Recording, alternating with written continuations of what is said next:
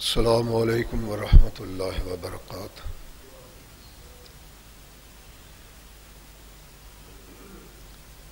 الحمد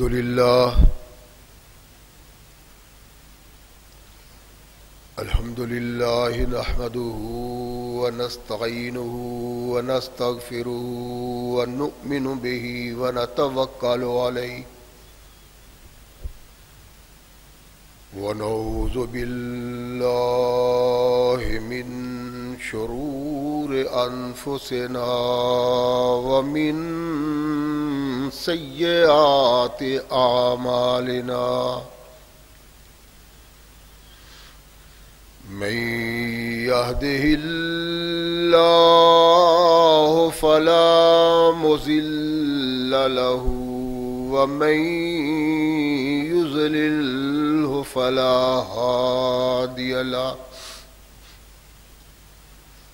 ونشهد أن لا إله إلا الله وحده لا شريك له ونشهد أن محمدا عبده ورسوله أما بعد فأحسن الحديث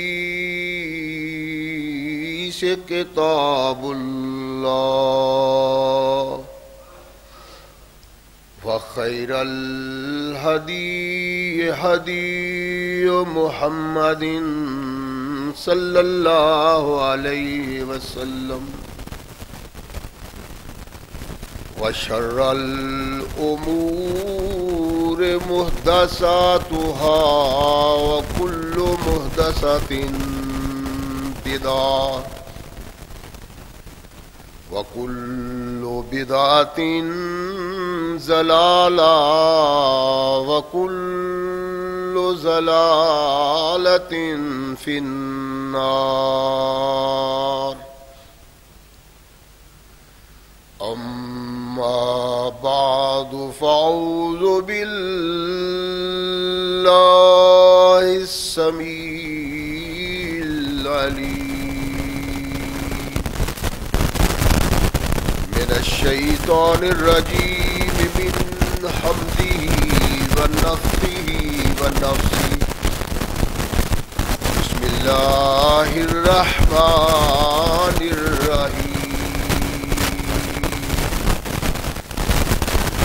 يا أيها الذين آمنوا هل أدلكم على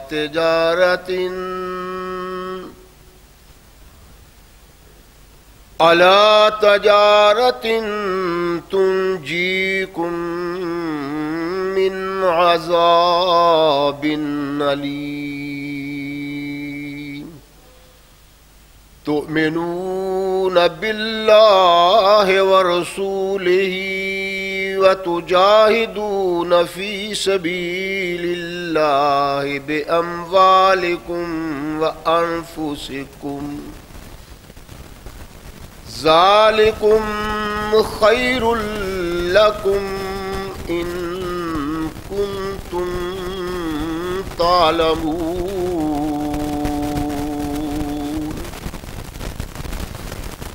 صدق الله مولانا العظيم۔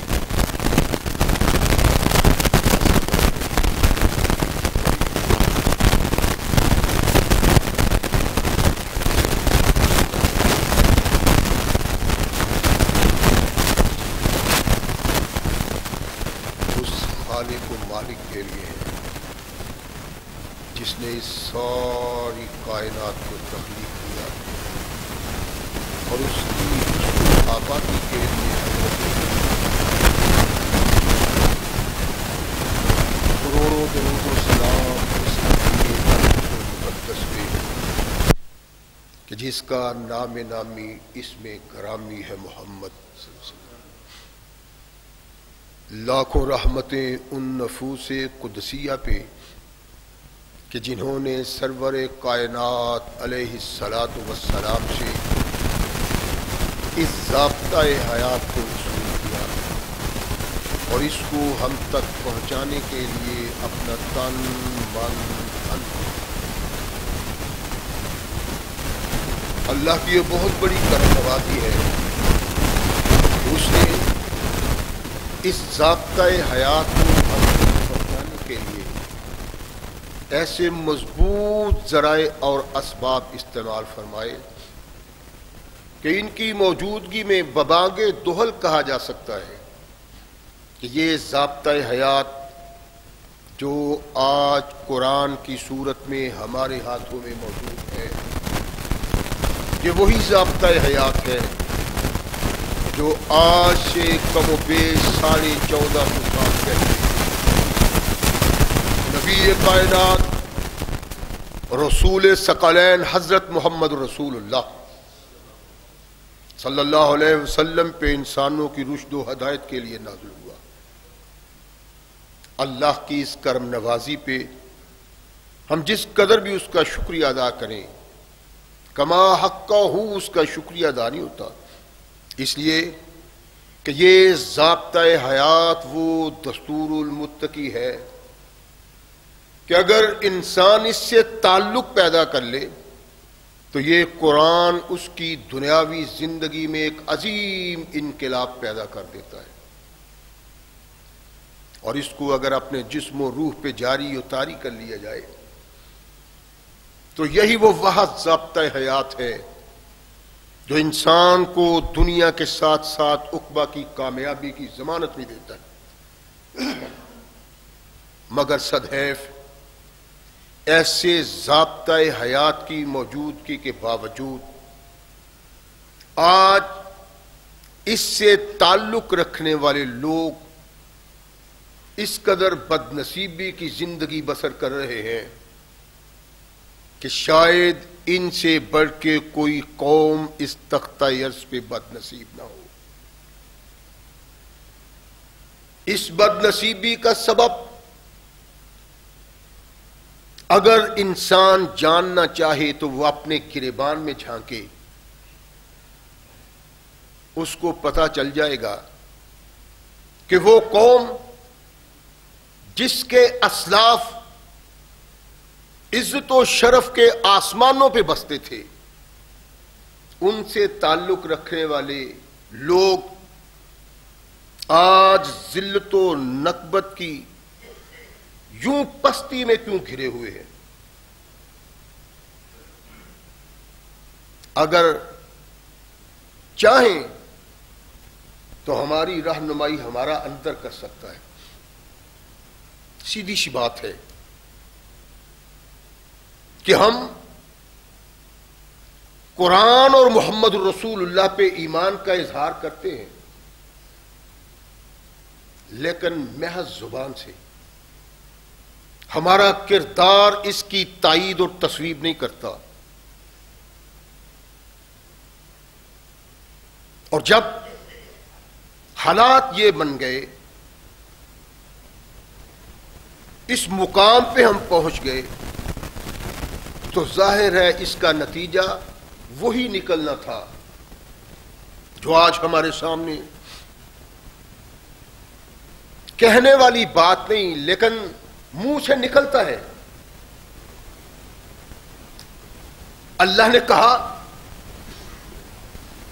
کہ قرآن کے منکر، رحمان کے منکر، رسول ثقلین کے منکر جہنم میں ہوں گے، لیکن ان المنافقین فی الدرک الاسفل من النار، یہ جو طبقہ ہے کائنات کا بدترین طبقہ ہے، اور بد نصیبی سے ہم اسی طبقہ کے افراد ہیں۔ قرآن کو مانتے تو ہیں، رسول پہ جان قربان تو ہے، اللہ کی توحید کے علم بردار تو ہیں، لیکن جو اللہ اور رسول چاہتے ہیں وہ ہم نے نہیں۔ اس ذلت اور نکبت کا اصل سبب، اور اللہ ارشاد فرماتے ہیں یہ ایمان کا اظہار کرنے والوں، اپنے آپ کو مومن کہنے والوں، حل ادلکم، میں تمہیں مطلع کروں، بتاؤں تمہیں ایک ایسی تجارت کے متعلق تنجیکم من عذاب علیم، جو تمہیں دردناک عذاب سے نجات دے سکتی ہے۔ تؤمنون باللہ ورسولہ وتجاہدون فی سبیل اللہ باموالکم وانفسکم، ایمان کا اظہار کیا ہے تو پھر ایماندار بن کے دکھاؤ۔ صرف کلمہ توحید و رسالت پڑھ لینے کی بنا پہ تمہارے لیے جنت کے دروازے نہیں کھولے جا سکتے، بلکہ اس کلمہ کے نقشہ میں اگر اپنے کردار کا رنگ بھرو گے تو وہ رنگ تمہیں اس مقام پہ لے جائے گا جس مقام سے تمہاری بابا کو نافرمانی کے سبب نکالا گیا۔ ٹھیکیدار نہیں، لا الہ الا اللہ محمد رسول اللہ پڑھنے والا پڑھ لیا تو اب یہ جنت کا وارث بن گیا۔ تھوڑا سا آگے چلے تو پھر ہم اہل حدیث ہیں جی، اللہ رسول کو ماننے والے اس کے علاوہ کسی کو نہیں مانتے، قرآن ہمارا دستور،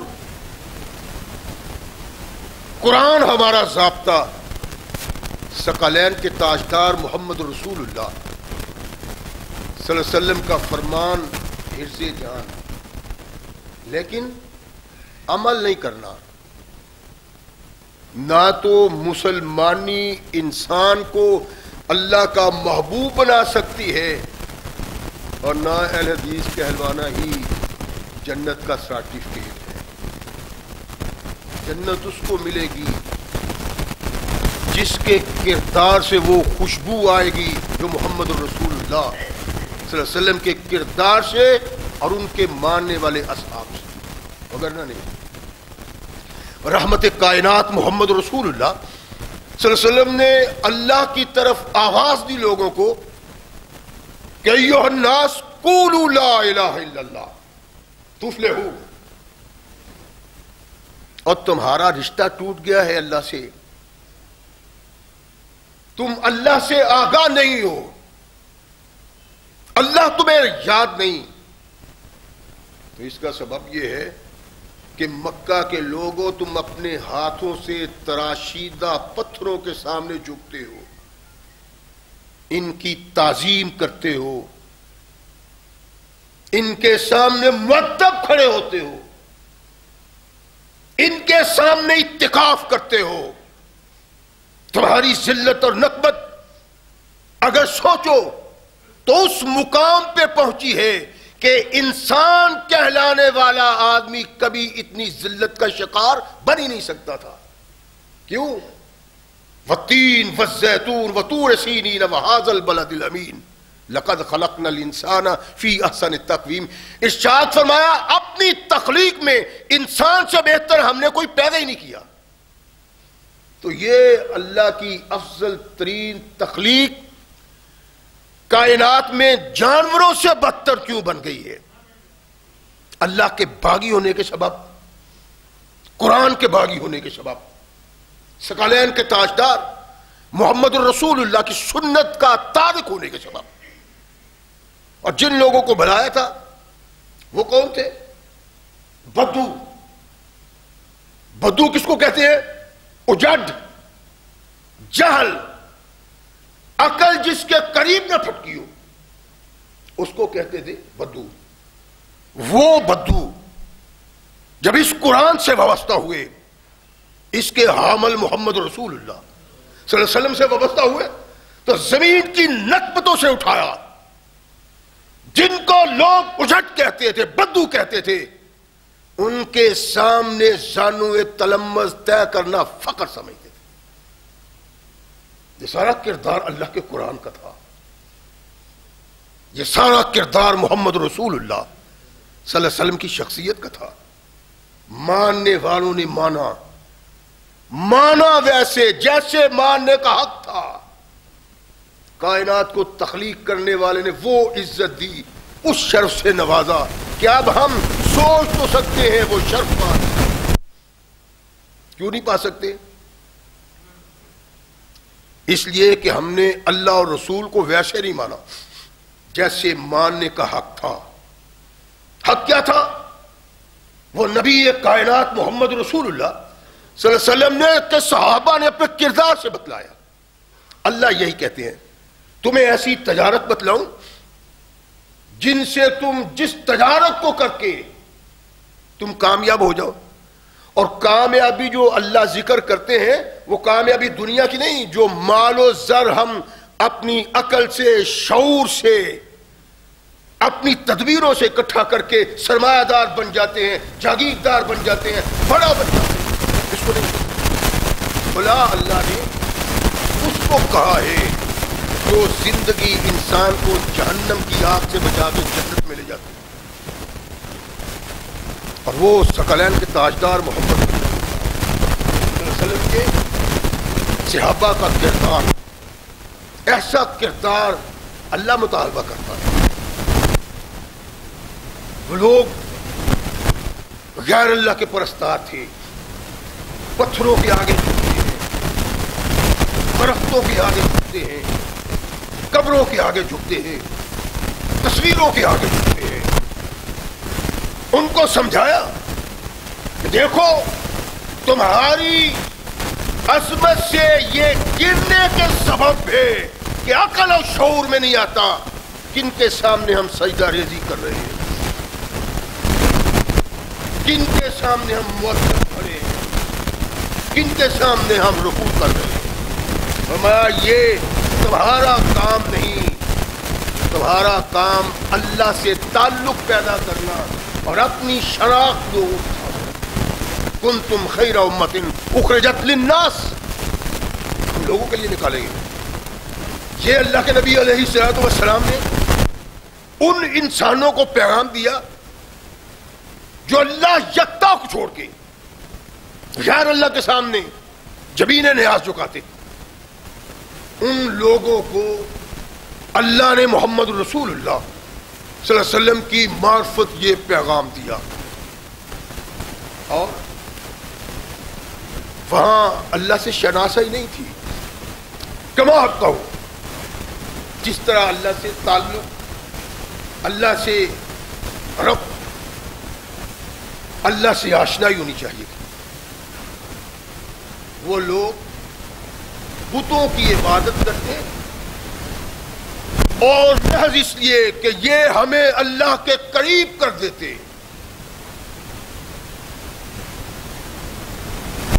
اللہ کی ذات کو وہ جانتے ہیں، اللہ کی شخصیت کو نہیں جانتے، اللہ کی شناخت نہیں تھی. مکہ کے لوگ جن کی طرف محمد رسول اللہ صلی اللہ علیہ وسلم تشریف لائے تھے وہ اللہ کو جانتے تھے، لیکن اللہ کی حیثیت کا ان کو علم نہیں تھا، اللہ کی شناخت نہیں تھی. اللہ ہے، اللہ کیا ہے، یہ مکہ والے لوگ نہیں جانتے تھے. اور ان لوگوں کو اللہ بتانے سمجھانے کے لیے محمد رسول اللہ کو بھیجا. اللہ کے نبی علیہ الصلوۃ والسلام ان بت پرستوں کو اپنی طرف، لیکن اسی دور میں، اسی زمانے میں کہیں کہیں کوئی آدمی ایسا بھی تھا جو ان بتوں کو سجدہ نہیں کرتا تھا. اللہ کو مانتے تھے، اللہ کو جانتے نہیں تھے.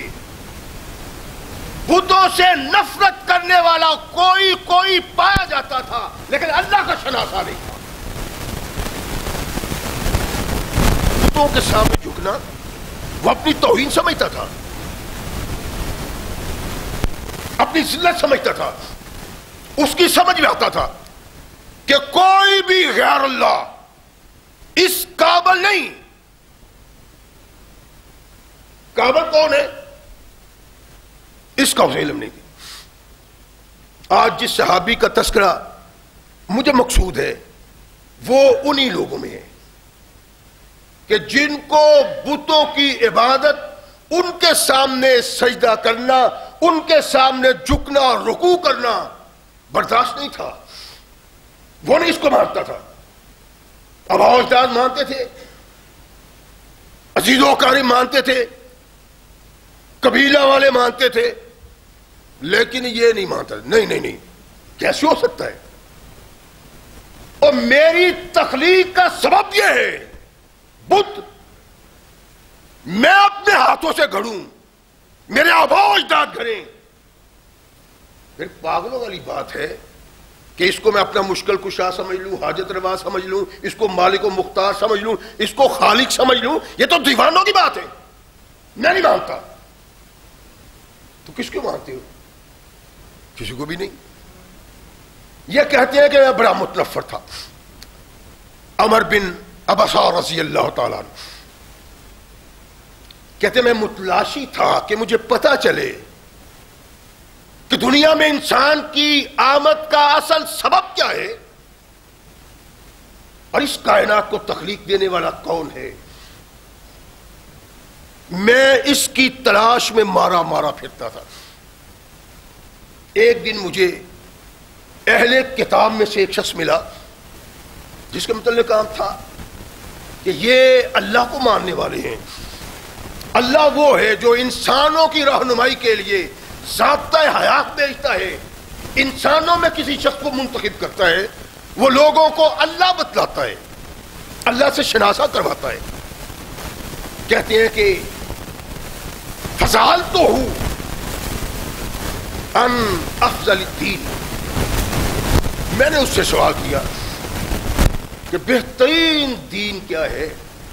اور تم کہتے ہو ایک اللہ ہے، اس نے کتاب بھیجی ہے، تمہارا قائد رہنما اس کا محبوب ہے، اس کا نبی اور رسول ہے. مجھے بھی سمجھاؤ کہ کیوں کر یہ افضل ہے، کیسے یہ افضل ہے، اور اصل بتاؤ کہ افضل ہے کیا. یہ تو میری بھی سمجھ میں آتا ہے کہ یہ معبود نہیں ہے، ان کے سامنے نہیں جھکنا چاہیے، میں تو نفرت کرتا ہوں ان سے. لیکن اصل کیا ہے، حق کیا ہے، افضل کیا ہے؟ عیسائی تھا، تورات زبور انجیل کو ماننے والا. کہنے لگا بات عام کرنے والی نہیں، لیکن تجھے بتلا دیتا ہوں. اس لیے کہ آج تختہ عرض پہ انجیل سے تعلق رکھنے والا کوئی کم ہی اس دین سے وابستہ ہے جو دین لے کے انسانوں کی طرف عیسیٰ آئے تھے علیہ السلام. پھر کہنے لگا ہماری کتابوں میں یہ باج مندرج ہے کہ ایک شخص نے آنے اور وہ مکہ میں آئے گا، وہ انسان ہوا یاتی بے افضل دین، تو وہ پیغام دے گا نا دین کے لحاظ سے وہ افضل ترین پیغام ہوگا. آج نہیں، اس تختہ عرض پہ عیسائیت رب کا پیغام ہے، لیکن اب رب کا پیغام نہیں رہ چکا، اور یہ لوگ وہ نہیں جو اللہ بنانا چاہتا ہے. تو پھر کہنے لگا مکہ میں ایک شخص ہے، ہماری کتابیں کہتی ہیں، جس کو ہم لوگوں کو بتلاتے نہیں ہیں. وہ حلوہ خور مولوی نہیں نہ ہوگا، ڈاکو لوگوں کی جیبوں پہ ڈاکے ڈالنے والا نہیں ہوگا، صحیح مسلمان ہوگا. کہتے میں تجھے ایک بات بتلا دوں، بس پتہ نہیں میں تب تک رہوں کہ نہ رہوں. اگر تم رہو تو سن لو، ہماری کتابیں کہتی ہیں، آسمان سے آنے والی کتابیں، دنیا میں آخری آنے والا مکہ میں آئے گا، اس سے وابستہ ہو جانا. کہنے لگا یہ تو ٹھیک ہے، تیری بات مان لی، وہ مکہ میں آئے گا، لیکن مجھے کیسے خبر ہوگی کہ آنے والا وہی ہے جس کا تذکرہ تمہاری کتابوں میں ہے اور جس کے متعلق تم کہہ رہے ہو وہ یاتی بافضل الدین. کہنے لگا کہ وہ قوم کے بتوں کا باغی ہوگا، باغی نہیں، ان کے خلاف علم بغاوت بلند کرے گا، ان کے خلاف علم بغاوت بلند نہیں کرے گا، ان کو اپنے ہاتھوں کے ساتھ ٹکڑے ٹکڑے کرے گا، ان کے دین کو پوار کر دے گا، اور ان کو ماننے والوں کو اللہ کا باغی کہے گا، ان کو اللہ کی طرف بلائے گا۔ اللہ کون ہے؟ وہ رحمان جس نے ساری کائنات کو تخلیق دیا ہے، جس کو آنکھیں نہیں دیکھ سکتی، ان دیکھے معبود کی طرف بلائے گا، بتوں کے خلاف لوگوں کو وعظ اور تبلیغ کرے گا۔ عمر کہتے ہیں کہ میں نے پہلے بڑا پریشان رہتا ہوں، کبھی وہاں کبھی ادھر کبھی ادھر، مجھے اصل چیز پتا چلے کہ انسان کے آنے کا سبب کیا ہے، کیوں انسان آیا، کب تک رہے گا، مر جاتا ہے تو کہاں جاتا ہے، کہیں علم نہیں ہو رہا۔ اس نے کہا کہ میں تمہیں بتلا دیتا ہوں، عیسائیت میں نہیں ہے، یہودیت میں نہیں ہے، کسی اور ضابطہ حیات اور دین میں وہ شرف و فضل نہیں جو اللہ چاہتا ہے۔ اگر کسی کے دین میں وہ شرف و فضل ہوگا تو وہ ہوگا جو مکہ کا رہنے والا اللہ اور اس کی توحید کی طرف بلاتے ہوئے باطل معبودوں کے خلاف علم بغاوت میں لگتا ہے۔ اب میرا کام کیا ہے کہ میں مکہ سے آنے والے لوگ، جو بھی آتا ہے کہیں سے بھی آتا ہے، کہاں سے آئے ہو؟ فلاں جگہ سے۔ ٹھیک ہے، کہاں سے آئے ہو؟ فلاں جگہ سے۔ ٹھیک ہے، کہاں سے آئے ہو؟ مکہ سے۔ اچھا، مکہ کے حالات تو بتلاؤ، حالات کیا؟ ویسے ہی لوگ بستے ہیں جیسے پہلے بستے تھے، وہی دین ہے جو ان کا پہلے دین تھا، جو ان کے آباء و اجداد کرتے تھے وہی کرتے ہیں، وغیرہ کرتے ہیں جو کعبۃ اللہ کے دیدار کے لیے آتے ہیں۔ اچھا ٹھیک ہے، کہتے ہیں ایک دن ایک شخص آیا، میں نے اسے پوچھا کہاں سے آیا، میں نے کہا اچھا یہ تو بتلاؤ کہ مکہ میں حالات کیسے؟ کہنے لگا ایک عجیب قسم کا انسان وہاں دعویٰ کرتا ہے کہ میں اللہ کا رسول ہوں۔ اچھا تو پھر کہنے لگا قوم اس کے خلاف ہے اور یہ چاہتی ہے کہ اس کا باہر نکلنا ہی بند کر دیا جائے، جینا محال مکہ کی وادی میں اس کو چلنے کی اجازت نہیں ہونی چاہیے۔ اور کہا اس کا سبب کیا ہے؟ کہنے لگا سبب یہ ہے کہ آباء و اجداد جن معبودوں کو مانتے تھے، جن خالقوں مالکوں کو ساری کائنات کا مختار سمجھتے تھے، وہ کہتے ہیں یہ سب جھوٹ ہے، ان کی کوئی حیثیت نہیں، تنہا ایک ذات ہے۔ کون سی ذات؟ کیا لگا اس ذات کو کسی نے نہیں دیکھا، وہ کہتا ہے عرش پہ رہتا ہے آسمانوں سے اوپر، وہی معبود برحق ہے۔ اچھا، عمر کہتے ہیں میں نے اپنی اونٹنی کو تیار کیا، میں چلا، مکہ پہنچا تو اب محمد کی تلاش ہے صلی اللہ علیہ وسلم۔ بازار آکاش میں پہنچا، ایک شخص واز کر رہا ہے، لوگ اس کے پیچھے لگے ہوئے، لیکن لوگوں کی بے حیائی بدتمیزی کا جواب نہیں دیتا، اپنی ہی بات کرتا۔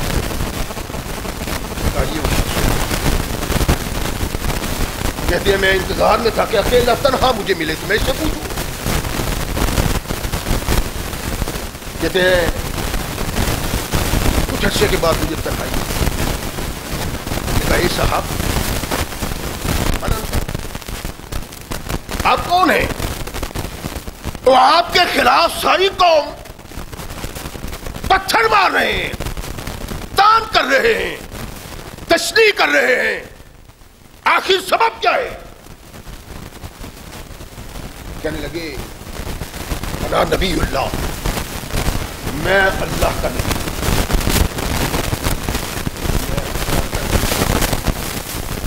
وہ کیا ہوتا ہے؟ کہا رسول اللہ، اللہ کا پیغامبر، اللہ کا مرسل جو لوگوں کی طرف آیا ہے ان کو راہ ہدایت بتانے کے لیے، جہنم کی راہ سے ہٹانے اور جنت کے راستے میں چلانے کے لیے۔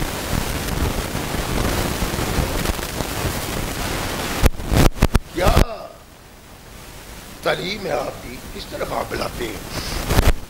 ان تعبد اللہ ولا تشرک بہ شیئا، اللہ کی عبادت اور اس کے ساتھ شریک نہ ٹھہرا۔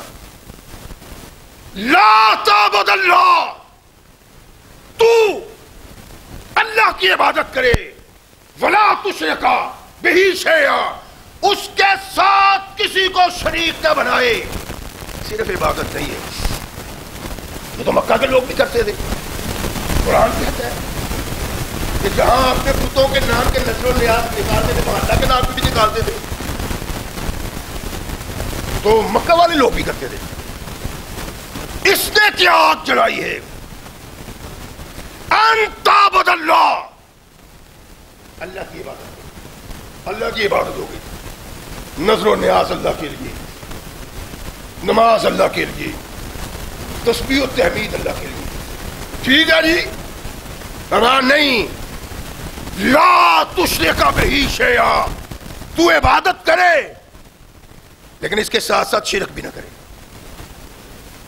اللہ بھی ہے، لات بھی ہے، اللہ بھی ہے، عزا بھی ہے، اللہ بھی ہے، نائلہ بھی ہے، اللہ بھی ہے، منات بھی ہے۔ فرمایا تنہا اللہ ہے، اس کے علاوہ کوئی نہیں۔ یہ کہنے لگا یہ تو عجیب نظریہ ہے۔ ہاں، بتوں سے نفرت کرنے والا، یہ بتوں کی پرستش نہیں کرتا تھا، اس کو اللہ کی پہچان، اللہ کو نہیں جانتا تھا اللہ کیا ہے، بتوں کی پرستش تو کرتا ہی نہیں تھا، متنفر تھا۔ عجیب نظریہ ہے۔ اس قوم میں، اس بستی میں، اس زمین پہ، ان لوگوں میں آپ کا کوئی ماننے والا بھی ہے؟ رحمت کائنات صلی اللہ علیہ وسلم کے ساتھ صدیق اکبر تھے، بلال تھے، کہا حر عبد، ایک آزاد ہے جو میری تعریف کرتا ہے اور ایک غلام۔ اللہ کے نبی صلی اللہ علیہ وسلم نے یہ شاخ مارا، اسماء الرجال کے ماہر کہ امر سمجھتے ہیں کہ ایک محمد صلی اللہ علیہ وسلم، ایک ابو بکر، ایک بلال رضی اللہ تعالیٰ عنہ، یہ تین ہی اس وقت مومن اور مسلمان ہیں۔ تو وہ کہا کرتے چوتھا میں تھا۔ ان کو چونکہ اللہ کے نبی نے نام لیے، ان کے جو ساتھ تھے انہوں نے سمجھا کہ چوتھا میں تھا۔ اچھا،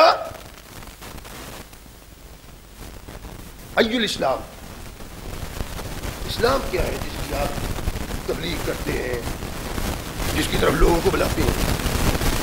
ایو الاسلام ہے، فرمایا اسلام یہ ہے کہ تیرا اخلاق بہت بلند ہونا چاہیے۔ اسلام یہ ہے کہ تو لوگوں کو کھانا کھلایا کر،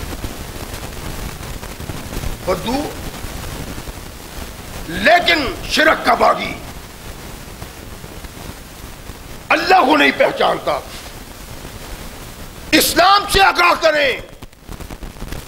فرمایا اسلام یہ ہے کہ تیرا اخلاق بہت بلند ہونا چاہیے اور تو لوگوں کو کھانا کھلایا کرے۔ سوچنے کی بات ہے۔ میں نے عرض کیا نا، ان صحابہ کے تذکرہ کا مقصود یہ نہیں ہے کہ آپ کو کہانی اور قصے سنائے جائیں اور کہا جائے واہ کیا بات تھی وہ لوگوں کی، نہیں نہیں نہیں۔ اس کا سبب یہ ہے کہ ہم نے کردار ان کا دیکھنا ہے جن کے کردار سے دنیا میں انقلاب آیا، اللہ کی توحید کا پرچم لہرایا، باطل پرستوں کو اپنے پاؤں کے نیچے پامال کیا۔ کیا تھے وہ لوگ؟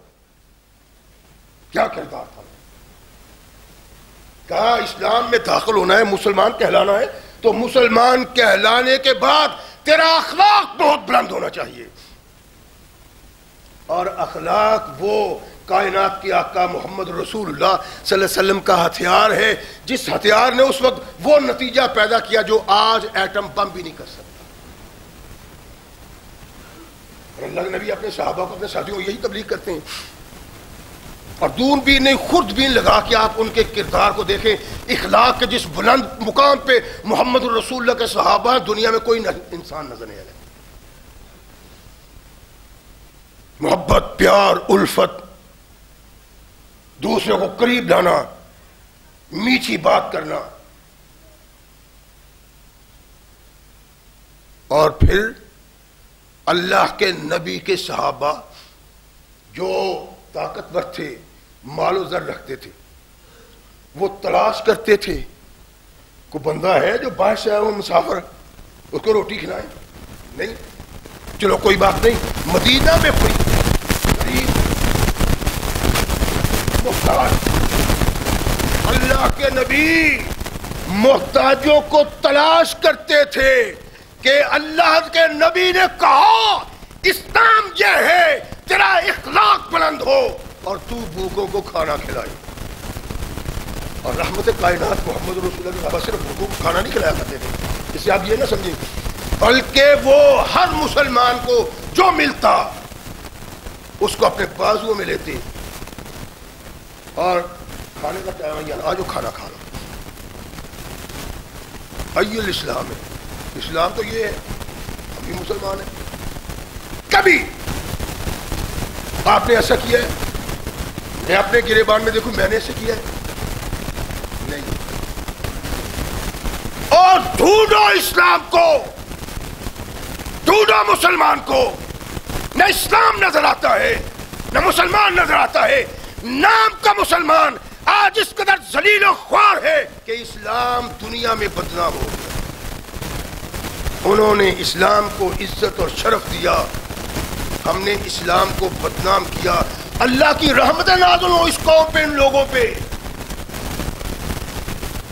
ساری قومیں نفرت سے تمہاری طرف دیکھتی ہیں اور پاؤں سے اٹھا دیتی ہیں تمہیں. مسلمان اور مومن، مسلمان وہ تھے جن کا اسلام زبان سے نہیں کردار سے ظاہر ہوتا تھا. اخلاق کا بال اعلیٰ بالا، جس کی گفتگو سن کے انسان کا دل اس طرف کشش کرتا ہے. اور کسی کو بھوکا نہیں دیکھ سکتا، بلکہ کوئی بھوکا بھی نہیں، محتاج بھی نہیں. کوئی بھائی کوئی دوست مل جاتا ہے، کھانے کا وقت ہے تو یہ نہیں کہتا کہ کھانا کھانا ہے. آنے والوں کہتے کھانے کا ٹائم ہے، کھانا کھانا ہے. تو بعض لوگ کہتے ہیں جی کوئی نہیں، شکریہ، مہربانی. ہم آنے والے کو، وقت پہ آنے والے کو کہتے ہیں کھانا کھانا ہے. اور صحابہ اپنے ساتھیوں کو ہاتھ سے پکڑتے اور چلتے باتیں کرتے ہوئے گھر کے قریب پہنچتے، کہتے کھانے کا وقت ہے، اب کھانا کھا کے جانا.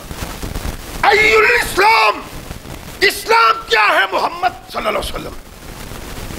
ارشاد فرمایا اخلاق کا اعلیٰ بالا ہونا، دوسروں کو کھانا کھلانا.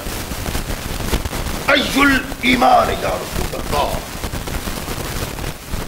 تو پھر ایمان کیا ہے جس کی آپ تعریف کرتے ہیں؟ فرمایا اللہ کے لیے دکھ تکلیف پہ صبر کرنا اور اللہ کی رضا پہ راضی ہونا. ایمان یہ ہے کہ اگر تکلیف پہنچی ہے، دکھ پہنچا ہے، پریشانی آئی ہے، غمناک بات ہوئی، تو اللہ کی رضا کے لیے صبر کا اظہار کرنا، شکوہ نہ کرنا، گلہ نہ کرنا. یہی ہے بات. سوچیں اپنے گھروں میں اگر کوئی مصیبت نازل ہو جاتی ہے، کوئی فوت ہو جاتا ہے، تو ویسے ہی بیان کرتے ہیں چیخو چلانا، رونا پیٹنا. ارشاد فرمایا اسلام یہ ہے، ایمان تمہیں جو بھی تکلیف پہنچی ہے واویلا نہ کر، چیخو پکار، گرے بان نہ پھاڑ، گرے بان پہ تھپڑ نہ مار، سر کے بال نہ کھینچ. کیا ہے کہ اس کو اللہ کی رضا سمجھتے ہوئے صبر کا اظہار کر اور اس تنگی تکلیف کو برداشت کر جا اور اللہ کی رضا پہ راضی ہو جا. اللہ نے کیا ہے، تکلیف ہے، پریشانی ہے ہر ایک کو. رحمت کائنات محمد رسول اللہ تشریف فرما تھے، ایک صحابی فوت ہو گئے، ان کے گھر سے رونے کی آواز آئی. ویل ویل کی نہیں، چیخو پکار کی نہیں، ہائے وائے کی نہیں، بس رونے کی. 2 4 5 6 آدمی روئے تو ان کی آواز باہر تک چلے جاتی. بیویاں روتی تھی، باہر تک. فاروق اعظم بڑے غصے میں آئے، ان کو خاموش کرو. اللہ کے نبی نے کہا نہیں، ان کو رونے دو، ان کا دل ہلکا ہو جائے. منع تو میں نے کیا ہے. جو آواز سے رونا ہوتا ہے، ہائے وائے کر کے، اس کی نیکیوں کا ذکر کر کے، اس کی بڑھائیوں کا ذکر کر کے، اس کا ذکر خیر کرتے ہوئے رونا، چیخنا، چلانا، فرمایا یہ ایمان کی علامت نہیں ہے. یہ ایمان کی علامت نہیں ہے. تو اب میں اگر اپنے گھر میں دیکھوں تو میں تو بڑا پھلنے خواہ ہوں، لوگوں کو کہتا ہوں ایمان یہ ہے، میرے گھر میں یہ نہیں ہے، تو کہ یہ مسلمان نہیں ہے. اور آج ممبر رسول پہ کھڑا ہونے والا جتنا رب اور رسول کا باغی ہے، شاید دوسرا مسلمان اتنا نہ ہو. اس کو تو علم ہے، اس کو پتہ ہے. پھر اس کے اس کے عمل میں، اس کے کردار میں اگر اسلام کی بغاوت ہے تو کس طرح اللہ اس کو معاف کر دیں. دیکھیں آپ، اگر کوئی وکیل آدمی جرم کرتا ہے اور وہ عدالت میں کھڑا ہو کے سزا کے جواب میں معذرت خواہی کرتا ہے اور کہتا ہے جناب ہاتھ ہلکا رکھیں جج صاحب، تھوڑی سی نرمی. جج کہتا ہے تیرے لیے نرمی کوئی نہیں، تو تو قانون جانتا تھا، تجھے علم تھا، تجھے پتا تھا. علم اور پتہ ہونے کے باوجود تو نے اس کا ارتکاب کیا، تیرے لیے کوئی نرمی نہیں ہے. نرمی اس کے لیے ہے جس کو اس قانون کی خبر نہیں تھی. اس کو تو جج کوئی نہ کوئی تھوڑی بہت سہولت دے دیتا ہے، وکیل کو نہیں ملتی. اور تو رب کا ماننے والا، رسول کا ماننے والا، تیرا کردار اسلام کا باغی ہے، تو نہ وہ صبر کی سوچ رکھتا ہے اور نہ تیرے اندر رب کی رضا سے راضی ہونے کے اظہار کا کوئی سوچ اور فکر موجود ہے. ایل ایمان، اللہ کے نبی ایمان کیا ہے؟ دور سے آیا ہوں، قبیلہ سلیم سے. آنے کا سبب یہ ہے کہ میں دیکھوں آپ کیا کہتے ہیں، میری صحیح رہنمائی کریں.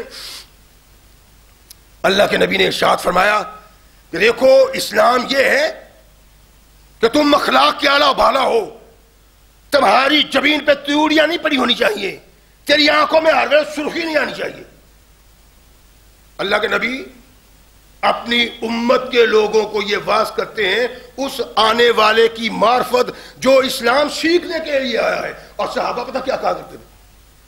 اللہ کے نبی علیہ السلام سے مختلف سوال ہوتے. رحمت کائنات علیہ السلام نے ایک دن غصے میں آ کے کہا پوچھو، جو پوچھو گے جب تک ممبر پہ کھڑا ہوں سب کچھ بتا دوں گا. ناراضگی کا اظہار کیا. اللہ نے منع کر دیا کہ فضول سوال نہ کیا کرو میرے محبوب سے. اب صحابہ کہتے ہیں کہ ہم اللہ کے نبی سے سوال کرتے ہی نہیں تھے، اسی بات کے منتظر ہوتے تھے کہ کوئی بدو آئے، عرابی آ کے سوال کرے تو چلو ہم بھی مستفید ہوں گے اس سے. منتظر رہتے تھے اس بات کے کہ عرابی آئے، بدو آئے اور وہ سوال کرے، وہ کرے گا تو اللہ کے نبی ظاہر ہے اس کو سمجھائیں گے، ہمیں بھی پتہ چل جائے گا. اور منتظر رہتے تھے محمد رسول اللہ کے صحابہ. تو آپ ذرا دیکھیں نا، 2:15 سے اوپر وقت ہو گیا ہے، 1:15 تو مسجد میں چند آدمی، قیامت آ رہی ہے بھائی. آنے والے بھی یہ نہیں سوچتے چلو ذرا وقت سے پہلے چلے جائیں. اللہ کے نبی نے کہا ہے جو پہلے مسجد میں پہنچ جائے اس کو اونٹ کی قربانی، جو اس کے بعد آئے اس کو گائے کی قربانی، جو اس کے بعد آئے اس کو بکری کی قربانی. اس کو بکری کی قربانی، گائے کی قربانی اور اونٹ کی قربانی سے کیا؟ یہ تو دنیا کمانے کے لیے آیا دنیا میں. جو مسلمان جو آتے ہیں وہ بھی آتے اس وقت ہیں جب معاملہ ختم ہو رہا ہوتا ہے. اللہ کے نبی محمد رسول اللہ صلی اللہ علیہ وسلم کے صحابہ منتظر رہتے کوئی آئے. وہ کوئی جمعہ کا دن ہوتا تھا نہیں، ہر وقت، ہر نماز کے وقت مسجد بھری ہوئی ہوتی تھی، نماز کے وقت بھری ہوئی ہوتی تھی.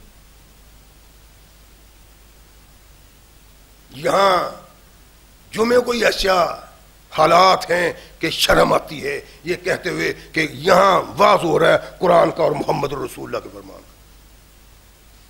نیک لوگ، پرہیزگار، 5 وقت کے نمازی، قرآن پڑھنے والے جمعہ سننے اس وقت ہی آتے ہیں جب جو سنے پتہ ہی نہ چلے کہ پہلے ہوا کیا تھا اور نتیجہ ہی نہ نکل سکے. اللہ کے نبی کے صحابہ کہتے ہیں کہ ہم منتظر رہتے تھے. اب جرت نہیں تھی کہ آپ سوال کریں، انتظار تھا کہ کوئی بدو آئے، رابی آئے، وہ اللہ کے نبی سے سوال کرے اور ہمارا بھی کام چل جائے گا. وہ سوال کرتے ہیں محمد رسول اللہ سے، ای الاسلام افضل. یہ تو مجھے پتہ چل گیا کہ اسلام کیا ہے، یہ بھی پتہ چل گیا کہ ایمان کیا ہے، لیکن محمد صلی اللہ علیہ وسلم بعد مجھے یہ بیانیں ای الاسلام افضل، اسلام سے سب سے افضل عمل کون سا ہے؟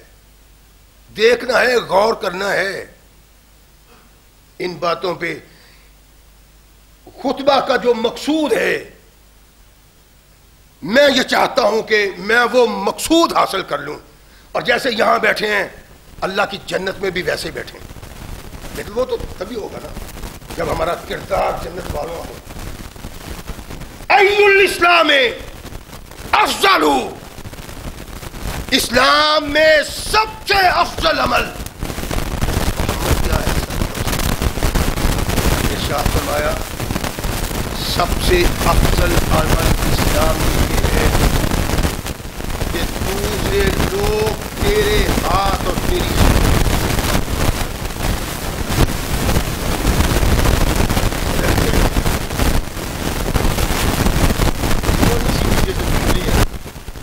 کوئی دوسرے اس پہ اعتراض کر دیتا ہے، یہ ہنستے ہیں، مسکراتے ہیں، کیا بات ہے، کیا بات ہے، اور تیرا کیا بات کہنا تیرے لیے جہنم کی کھڑکی کھول دیتا ہے. پتا تجھے اللہ کے نبی محمد رسول اللہ صلی اللہ علیہ وسلم نے اس کو ارشاد فرمایا تیری زبان سے کوئی محفوظ ہے، تیرے ہاتھ سے کوئی محفوظ ہے، یہ اسلام کا افضل و اعلی عمل ہے. جو افضل و اعلیٰ اسلام کا عمل ہے وہ ہم میں نہیں، کن میں ہے؟ صحابہ میں. اللہ کے نبی محمد رسول اللہ صلی اللہ علیہ وسلم کا بڑا صحابی، اس کے کان ہوتا ہے، تشریح ہوتی ہے، زبان درازی ہوتی ہے، طاقتور ہے، توانا ہے، قوت رکھتا ہے، لیکن وہ کہنے والے کے منہ پہ تھپڑ نہیں مارتا، بلکہ کائنات کے آقا محمد رسول اللہ صلی اللہ علیہ وسلم سے جا کے کہتا ہے اللہ کے نبی فلاں آدمی نے مجھے بڑا دکھ دیا. رحمت کائنات محمد رسول اللہ صلی اللہ علیہ وسلم اس کو سمجھاتے، کہتے، بتلاتے کہ یہ تیرا یہ کردار تیری جنت کو جہنم میں بدل دے گا. تو یہاں دن رات ایسی ہے، چغلی، غیبت اور کچھ بھی نہیں. یعنی ایک صاحب عزت، صاحب وقار کی عزت کو پامال کرنے کے لیے جھوٹ نہیں، سچ ہی کہتا ہوں. اس کی عزت و وقار میں فرق نہیں پڑتا، میری عاقبت برباد ہوتی. تو یہاں مسلمان کچھ بھی نہ ہو اپنے ہاتھ سے ڈال دیتے ہیں اور اس کو پریشان کر دیا. ارشاد فرمایا بہترین اسلام کا عمل یہ ہے کہ تیری زبان اور تیرے ہاتھ سے مسلمان محفوظ رہے. ایھا الناس، اے لوگوں، خدا کے لیے اپنے کردار پہ نگاہ ڈالو. انسان کو دھوکہ دے سکتا ہے، لیکن تنہا بیٹھ کے اپنے بھائی کی عزت کو پامال کرنے والا، تمام دنیا سے بچ جائے لیکن وہ اللہ سے نہیں بچ سکتا. اور یہ ایمان کوئی نہیں، یہ اسلام کوئی نہیں. ہم ذلیل و خوار کیوں ہیں؟ میں نے عرض کیا تھا ابتدا میں، ذلت اور نکبت کا سبب کیا ہے؟ یہی قرآن، یہی محمد رسول اللہ، یہی قرآن کی آیات، یہی اللہ کے نبی کے فرامین ان لوگوں نے اپنائے، وہ آسمان کی رفتوں پہ پہنچے، اور ہم اسی نبی اور قرآن کو ماننے والے زمین کی نکبتوں میں گڑ گئے. پلے ہی کچھ نہیں. رحمت کائنات محمد رسول اللہ صلی اللہ علیہ وسلم نے ارشاد فرمایا افضل اسلام میں عمل یہ ہے کہ تیرے ہاتھ سے دوسرے محفوظ رہیں، تیری زبان سے دوسرے محفوظ رہیں. ای الایمان افضل یا رسول اللہ. چلی اچھا یہ بتلائیں کہ ایمان میں افضل عمل کون ہے؟ وہ نبی رحمت محمد رسول اللہ نے بتلایا جو نہ مولوی میں اور نہ مولوی کے سامنے میں. ای الایمان افضل ہو، ایمان افضل عمل، افضل ایمان. اللہ کے نبی وہ بھی بتلا دیں. فرمایا افضل ایمان حسن کردار ہے، تیرا کردار اعلیٰ بالا ہونا چاہیے. سوچ لیں ذرا، اشارے میں کرتا جاتا ہوں، سوچتے آپ جائیں. اگر کہیں فیصلہ کرنا ہے تو فیصلہ اللہ رسول کے فرمان کے مطابق جو اندر سے آیا یاروں سے مشورہ کر. اللہ نے کہا اگر کوئی باپ تیرا عزیز و کارم میں سے کوئی غلط کار ہے، اس کو غلط کار کے اصل ایمان یہ ہے اس نے کردار محمد رسول اللہ. سچ بول، جھوٹی گواہی نہیں، سچی گواہی.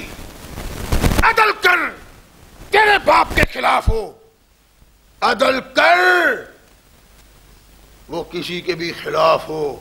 اس لیے کہ جس نے یہ حکم دیا ہے مسلمان کو کہ ایمان اعلیٰ و بالا یہ ہے، وہ کہتا ہے لو فاطمہ تو بنت محمد سرقت لقطات جگہ.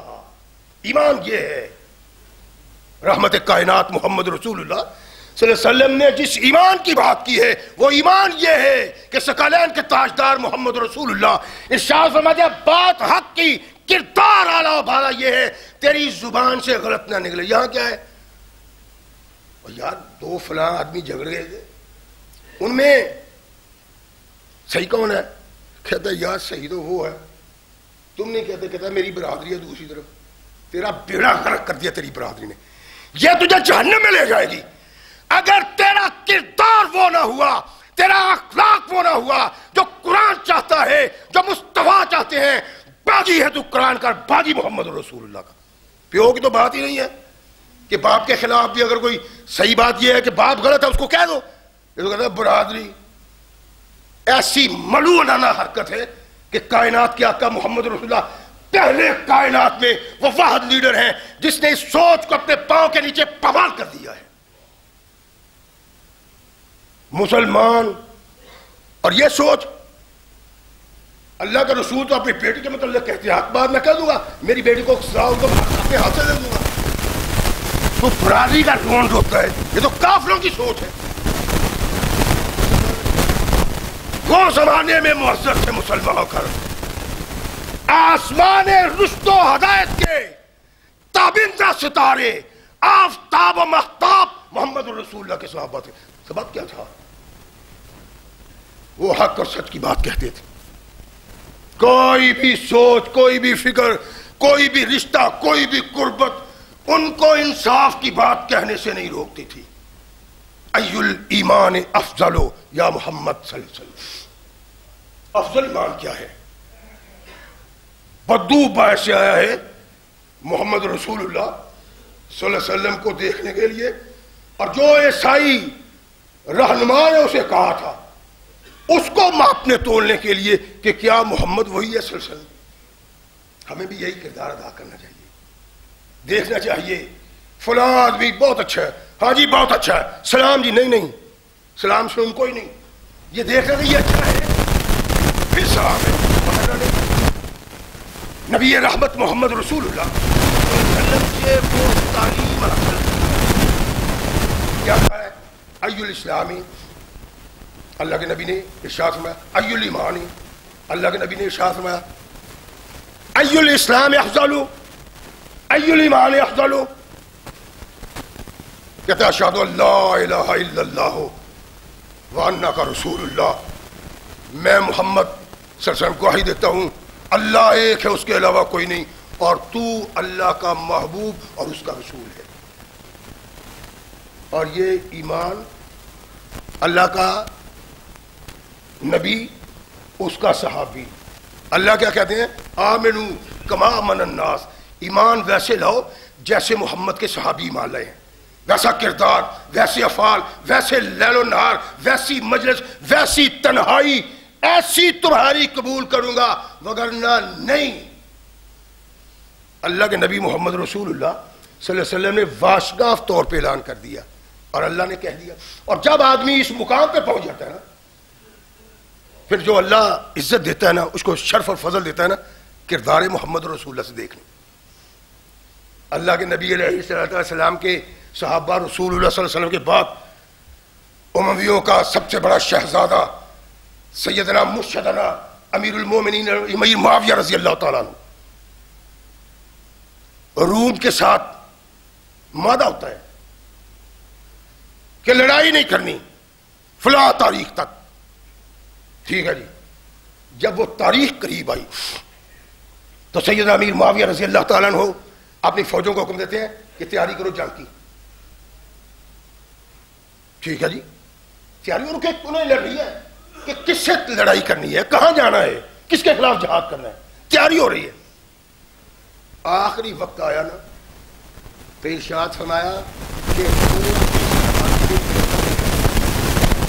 آج رات کو ان سے معاہدے کا وقت ختم ہو جانا ہے، جو ہی معاہدے کا وقت ختم ہو فوراً حملہ کر دو. اللہ کی قسم اور اللہ کے نبی کے صحابہ تمہاری جوتیوں پہ ہمارے ایمان قربان ہے. یہ عمر بن ابسا وہاں تھے، فوج میں تھے، سب کچھ چھوڑ چھاڑ کے بھاگے. امیر المومنین کیا بات ہے، کہنے لگے اپنی عاقبت کو بچا لو. کہا کیوں؟ کہنے لگے میں نے اللہ کے نبی سے ان کانوں سے سنا ہے، اللہ کے نبی کے منہ سے، کہ میرے آقا نے ارشاد فرمایا ہے جب تک معاہدے کا وقت ختم نہ ہو جائے کوئی گرہ نہ کھولو اس کی، اپنی عاقبت کو بچا لو. امیر المومنین نے حکم دیا فوجوں کو کہ واپس آ جاؤ اور یہ جو جمع بندی کی ہے ختم کر دو. مجھے اسلام کے لیے فتوحات سے زیادہ محبوب ہے کہ اللہ کا محبوب بن کے رہوں، نبی کی سنت کیا پیروی کرنے والا بن کے رہوں. اسلام ہے. اور جب انسان اس قدر محمد رسول اللہ صلی اللہ علیہ وسلم کا محبوب بن جائے اور اس طرح مطیع منقاد آقا کی اطاعت کرنے والا بن جائے، اللہ اس عظمت سے نوازتا ہے کہ انسان دیکھتا ہی رہ جاتا ہے. طائف کے غزوہ میں اللہ کے نبی نے ارشاد فرمایا، مسند احمد کی روایت ہے، کہ جو آدمی اپنے اللہ کی رضا کے لیے آج میدان کارزار میں ایک تیر چلائے گا اللہ اس کے لیے جنت کا دروازہ کھول دے. یہی خود روایت کرتے ہیں عمر، کہتے ہیں میں نے اس دن جب اللہ کے نبی نے ارشاد فرمایا ایک تیر چلائے گا، میں نے اللہ کے نبی کے پہنے پہ 16 تیر چلائے تھے. یہ ہے ایمان. اور رحمت کائنات محمد رسول اللہ صلی اللہ علیہ وسلم کا یہ محبوب زندگی بسر کرتا ہے ایسے، اللہ کے نبی کا سننا، اللہ کے نبی کا کہنا، اللہ کے نبی کے فرمان پہ عمل کرنا، قرآن پہ عمل کرنا، اس کی زندگی ہے. یاروں دوستوں بھائیوں بہنوں، بیٹا نے پتر کہہ رہا جی ابا کیا فرق پڑتا ہے لائٹیں شائٹیں لگا لو، کہتا جی بہت سا فرق پڑتا ہے، تم تو فرق ڈھونڈتے ہو اور یہ کیا کر رہے ہو؟ تمہارے گھر میں نیٹ چل رہا ہے جہاں کافر نے سازش کے ساتھ مسلمانوں کے ایمان کو تباہ کرنے کے لیے ہر وہ چیز بنا دی اور پیدا کر دی ہے، پیش کر دی ہے جو قابل نفرت ہے اور اسلام سے دور کرنے والی ہے. تمہارے گھر میں چل رہا ہے. مولوی صاحب آپ کے گھر میں، پیر صاحب، لیڈر صاحب آپ کے گھر میں.